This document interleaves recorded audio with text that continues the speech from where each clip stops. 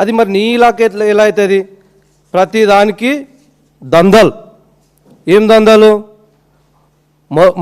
మొరము ఏదన్నా ఇంటికి అవసరం నిమిత్తం మొరం కొట్టాలన్నా దాంట్లో ఆయనకు కమిషన్ పోవాల్సింది. తర్వాత ఇసుక దందాలు. ఒక కాంట్రాక్టర్ ఇసుక రీచ్ టెండర్ వేస్తే ఆ ఇసుక రీచ్ టెండర్ అయినా కూడా ఈయన కమిషన్లు ఇవ్వాలి.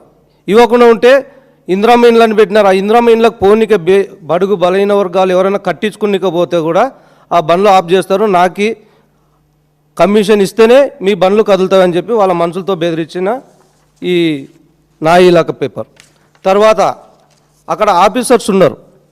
ఏ మండల ఆఫీసర్ కానీ అల్లంపూర్ తాలూకాకి రావాలంటే సుంకం కట్టి రావాలండి.